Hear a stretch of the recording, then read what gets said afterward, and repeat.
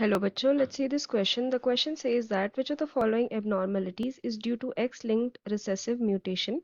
Option 1 cystic fibrosis, option 2 thalassemia, option 3 Klinefelter's syndrome and option 4 Lesch-Nyhan syndrome.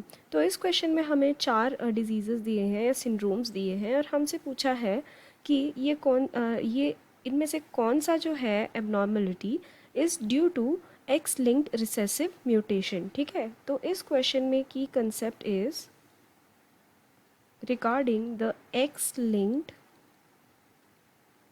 Recessive disease या फिर हम कह सकते हैं X linked recessive mutation. Okay, तो यहाँ पे क्या होता है एक्स लिंक्ड यानी कि क्या होता है, ये ऐसा एक डिजीज है या ऐसा एक एबनॉर्मेलिटी है जो सेक्स क्रोमोसोम पे हमें मिलेगा। ओके, एंड सेक्स क्रोमोसोम्स में भी वी नो कि सेक्स क्रोमोसोम्स दो टाइप के होते हैं, x and Y.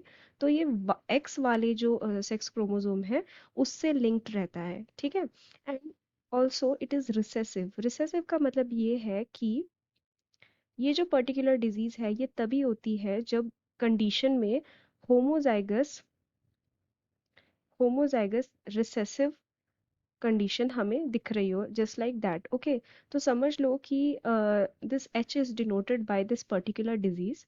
Okay, for example x linked recessive disease का एक एग्जांपल अगर मैं ले लूँ तो उसका एग्जांपल है हीमोफीलिया। हीमोफीलिया, एंड उसमें हम ये जो एक्स लिंकेज रहता है हीमोफीलिया का वो हम दिखाते हैं, डिनोट करते हैं विथ एच।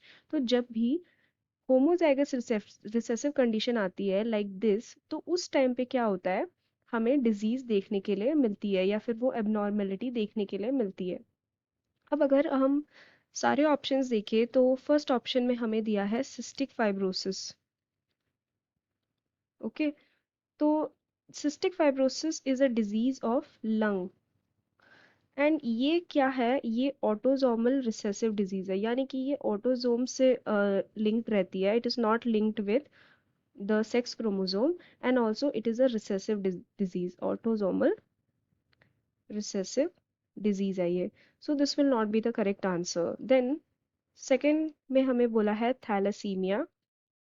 So thalassemia जो disease है this is related to blood.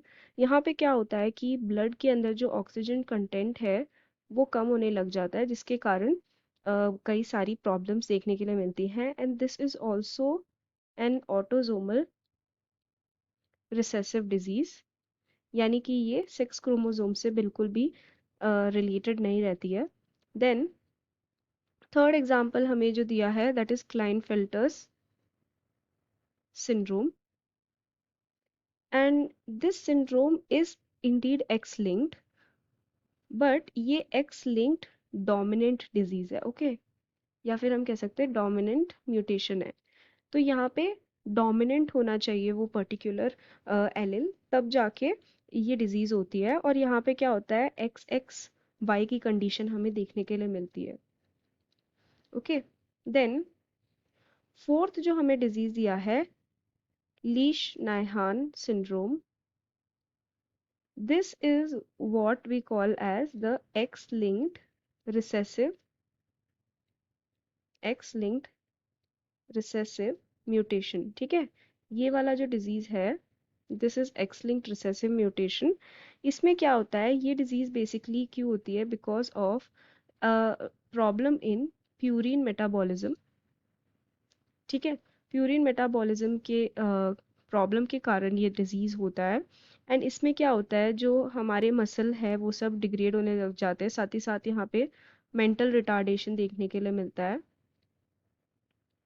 ठीक है, एंड ये डिजीज बेसिकली कॉज क्यों होती है, this disease is caused because of a you can say because of a deficiency of an enzyme, और उस एंजाइम का क्या नाम है हाइपोजैंथीन हाइपोजैंथीन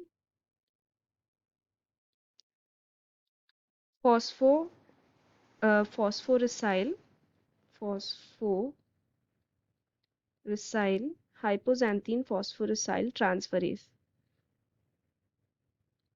तो इस एंजाइम के डेफिशिएंसी के कारण ये डिजीज हमें देखने के लिए मिलती है, जहाँ पे प्यूरिन मेटाबॉलिज्म इफेक्ट हो जाता है। As a result mental retardation and muscle regulatory function भी कम हो जाता है, and this is an X-linked recessive mutation. So we can say that the correct answer for this question will be option 4. I hope you have understood it well. Best of luck.